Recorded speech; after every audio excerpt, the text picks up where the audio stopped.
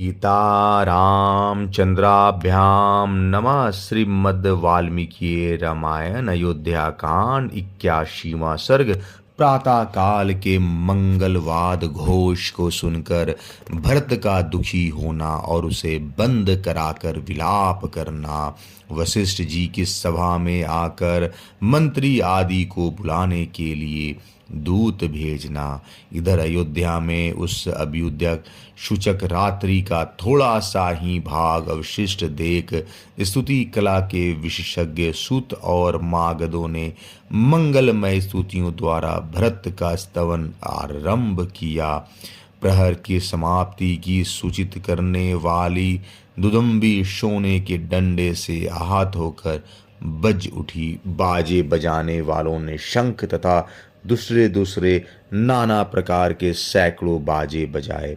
वादों का वह महान तुमुल घोष समस्त आकाश को व्याप्त करता हुआ सा गूंज उठा और शोक संतप्त भरत को पुनः शोकाग्नि की आंच से रांधने लगा। बाधों की उस ध्वनि से भरत की नींद खुल गई। वे जाग उठे और मैं राजा नहीं हूँ ऐसा कहकर उन्होंने उन बाजों का बजना बंद करा दिया। तत्पश्चात वे शत्रुघ्न से बोले, शत्रुघ्न देखो तो सही, कैकेयी ने जगत का कितना महान अपकार किया है। महाराज दशरथ मुझ पर बहुत से दुखों का बोझ डालकर स्वर्ग लोक को चले गए।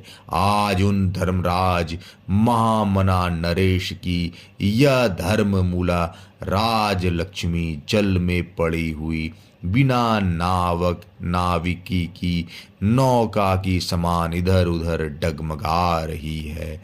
जो हम लोगों के सबसे बड़े स्वामी और संरक्षक है, उन श्री रघुनाथ जी को भी स्वयं मेरी इस माता ने धर्म की तिलांजलि देकर वन में भेज दिया।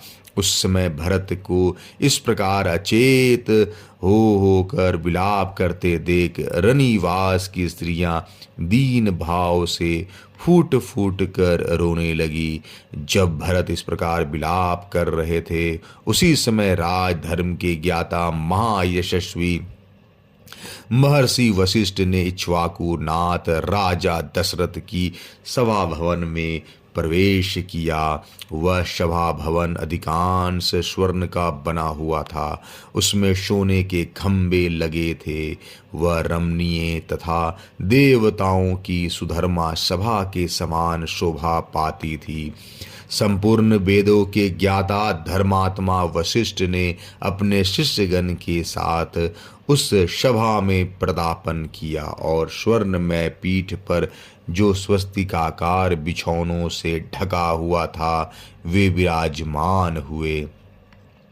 आसन ग्रहण करने के पश्चात उन्होंने दूतों को आज्ञा दी, तुम लोग शांत भाव से जाकर ब्राह्मणों, क्षत्रियों, योद्धाओं, आमत्यों और सेनापतियों को शीघ्र बुला लाओ।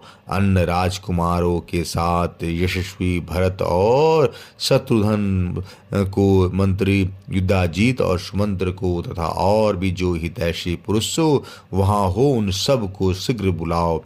हमें उनसे बहुत ही आवश्यक कार्य है।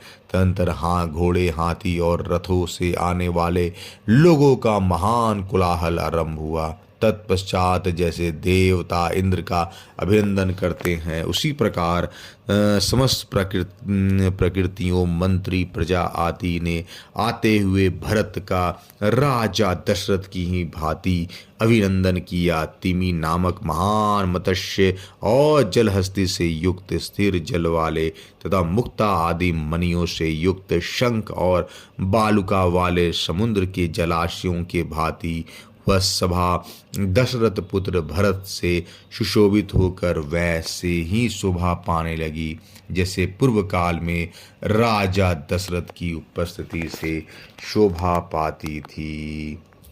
अयोध्या कांड 81वां सर्ग समाप्त। जय श्री राम।